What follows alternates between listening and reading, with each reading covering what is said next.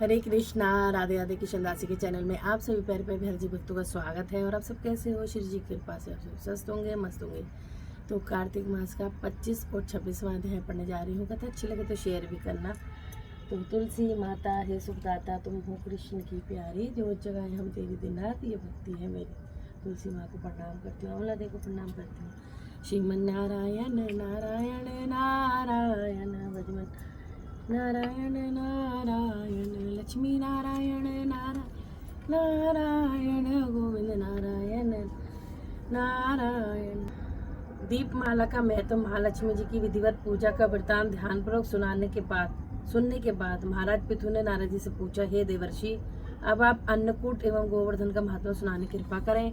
यह सुनकर नारद जी ने कहा, हे राजन, कार्तिक शुक्ल प्रतिपदा को गोवर्धन पूजा तथा अन्नकूट होता है। इस दिन पृथ्वी पर गोबर का गोवर्धन बनाकर उसका पूजन अन्नकूट बनाना चाहिए तथा ब्राह्मणों को भोजन कराने के बाद स्वयं भोजन करें।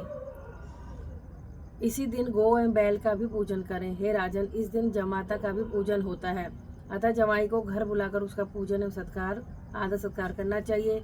हे महर्षि, जमाई पूजन के संदर्भ में महाराज पृथु ने पूछा, जमाई पूजन का प्रारंभ कब से हुआ और इसे सबसे पहले किसने किया? कृपा कर यह समझाइए।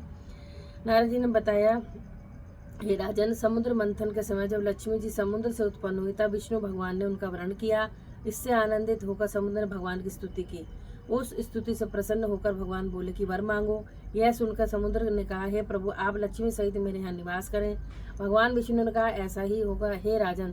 तब से भगवान लक्ष्मी जी की सहित शेष शैया पर अवस्थित हो गए।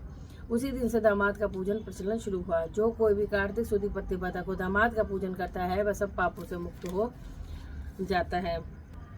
राजा पृथु ने पूछा, है महर्षि, कार्तिक शुक्ल की दूज को यम द्वितीया क्यों कहा गया है और इसका महत्व क्या है? यह महत्व कहे।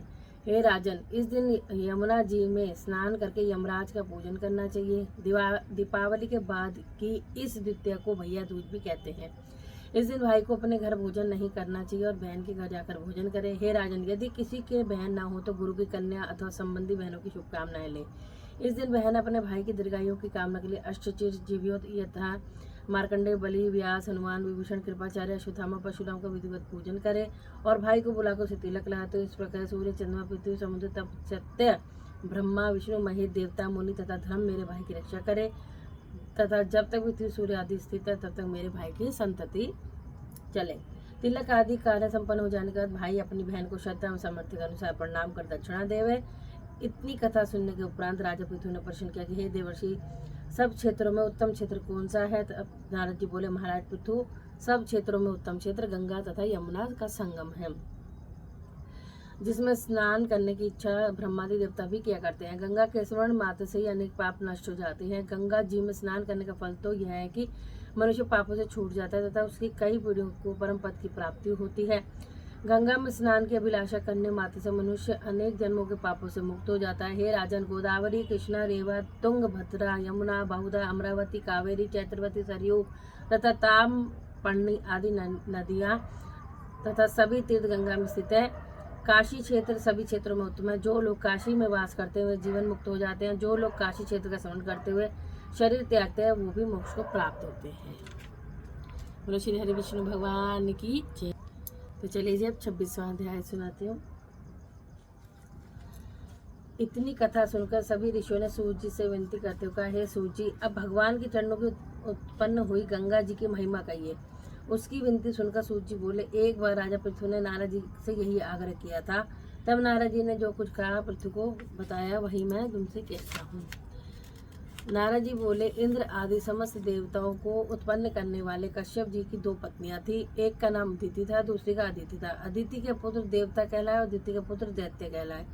देवता और दैत्यों में नित्य ही कलह रहती थी। उस समय विरोचन का पुत्र एवं प्रहलाद का पुत्र बलि दैत्यों का राजा था। उसके पास एक विशाल सेना थी, जिसके बल पर उसके पूरी पृथ्वी को जीत लिया था। हे राजन, अब इसकी इच्छा देवताओं को से स्वर्ग छीनने की हुई। इसी उद्देश्य से उसने देवताओं पर चढ़ाई कर दी और इंद्र की राजधानी अमरावती को चारों ओर से घेर लिया। यह देखकर देवता भी युद्ध के लिए बाहर आ गए और दोनों पक्षों के बीच भयंकर संग्राम शुरू हो गया। एक दूसरे पर प्रहार करते उन्हें कई वर्ष बीत गए। अंततः देवताओं की शक्ति क्षीण पड़ने लगी और वे हारने लगे। फिर एक समय यह भी आया कि हार कर उन्हें यद्यपि में भागना पड़ा। तब दैत्यों ने स्वर्ग पर अधिकार कर लिया। बलि स्वयं इंद्रासन पर बैठने लगा और देवताओं के समस्त कार्य उसने दैत्यों के सुपुर्द कर दिया। यज्ञ की बलि भी है स्वयं ही लेने लगा। उधर अदिति अपने पुत्रों को दुखी देखकर बेहद चिंतित थी। जब उसने देवताओं का दुख न देखा गया तो वह देवताओं की विजय के लिए भगवान को प्रसन्न करने की कामना से तपस्या करने के उद्देश्य से हिमालय पर्वत पर चली गई। वहाँ उसने 1000 वर्ष तक तपस्या की। इस काल में उसने कुछ काल फलाहार करके व्यतीत किया, कुछ काल फल फूल पत्ते खाकर तथा बाकी काल वायु सेवन करके व्यतीत किया।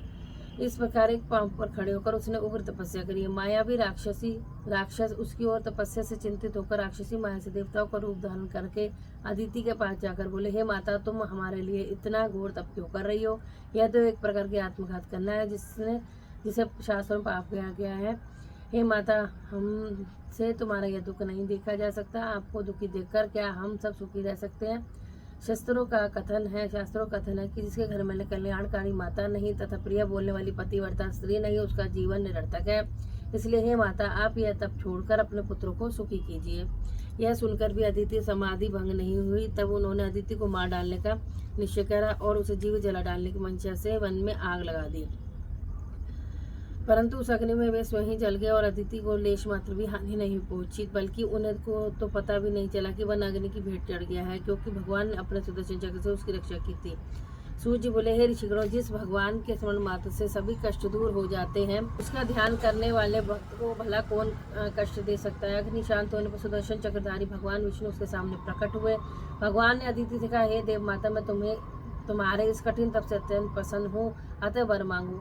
अदिति ने पहले हाथ जोड़कर भगवान की स्तुति की, हे भगवान, जिसके स्वर्ण मात्र से समस्त कलेश नाश हो जाता है, जिनके चरण कमलों की सेवा करके भक्त परम सिद्धि को प्राप्त होते हैं, यज्ञ में स्थित यज्ञ के प्रबोध करता, जिनकी माया को ब्रह्मादिक देवता भी नहीं जान सकते, इसके मन में सूर्य और चंद्रमुख में ब्राह्मण, भुजाओं से क्षत्रिय, जंगा से वैश्य, पैरों में शूद्र उत्पन्न हुए हैं, ऐसे भगवान को नमस्कार है।